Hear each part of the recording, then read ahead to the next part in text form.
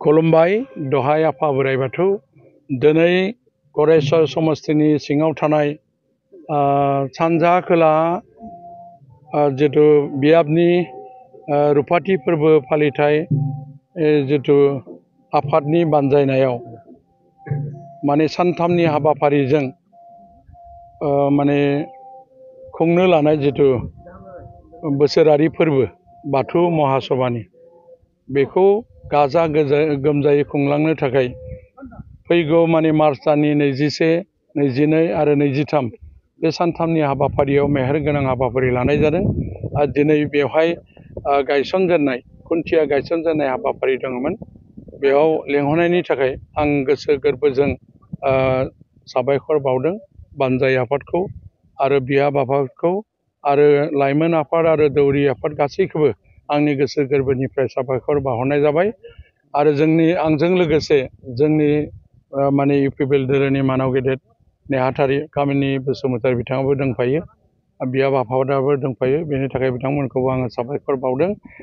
जिहेतु जोंनि बाथौ धोरोमखौ बिश्वनि दरबाराव सिनायथि होनो थाखाय माने जोंनि दुलाराय बाथौ महासभानि नाजासे नाजानायाव गांसे सालिख' आफादजों सालिख'नानै गांसे गोथार बाथौ थान्दै धोरोम बिजाब लिरख'नाय जाबाय। आं बेखौ बरायदों, सिबिदों। मानो होनोब्ला बियो माहारिनिबो थान्दै जाबाय आरो जोंनि बाथौ धोरोमनिबो थान्दै। बे थान्दै जितु धोरोम बिजाब, बाथौ थान्दै जितु धोरोम बिजाब, बे थान्दै बिजाबजोंनो जोनोमनिफ्राय माने जोबजासिम माने गासै नेम निथि आसार खान्थि गासैबो बेयावनो दंजोबो। अन्य धोरोमफोरा जेरैबायदि गीता, भागवत, कुरान, बाइबेल दोङो, जोंहाबो बेखौ दिनैनिफ्राय धोरोमनि गांसे गोथार बिजाब हिसाबै जों गनायो, सिबियो। दा बेनिखायनो आङो जाय जोंनि बाथौ महासभानि सालिख' आफादा सालिख'नाय जाय आफाद बिथांमोनखौ सिबियो आरो बरायदों। आरो बिथांमोननि जितु मोजां मोनसे खबर जोंनियाव फैदों आरो सावरायनायखौ जों मिथिदों। थांनाय माने गुवाहाटीयाव थांनाय माने बोसोरसेनि सिगाङाव ग्लबेल इउनिभारसिटियाव माने बे बाथौ थान्दैखौ संस्कृत राव, हिन्दी रावाव, एसामिस रावाव आरो इंलिसाव राव दानस्लायनानै धोरोम बिजाबखौ जितु गुमुरथि सोदोबथिफोरखौ फोरमायनायनि मोनसे थांखि लादों।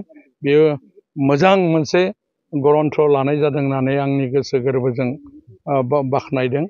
गोलाव बुंनो बाथ्रा गैया।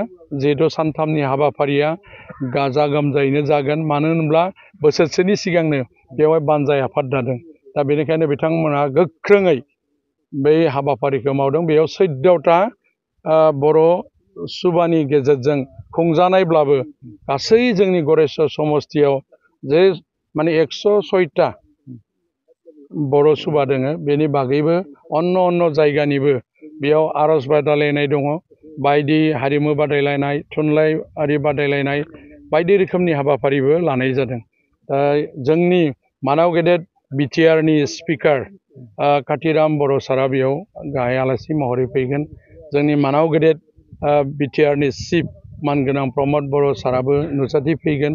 आरो लोगोसे जोंनि बिटिआरनिनो इएम मानाव गेदेर नीलद स्वर्गीयारी बिथांमोनखौ आलासि महरै लिंनाय जादों। बेबायदियै माखासे हाबाफारि दङ।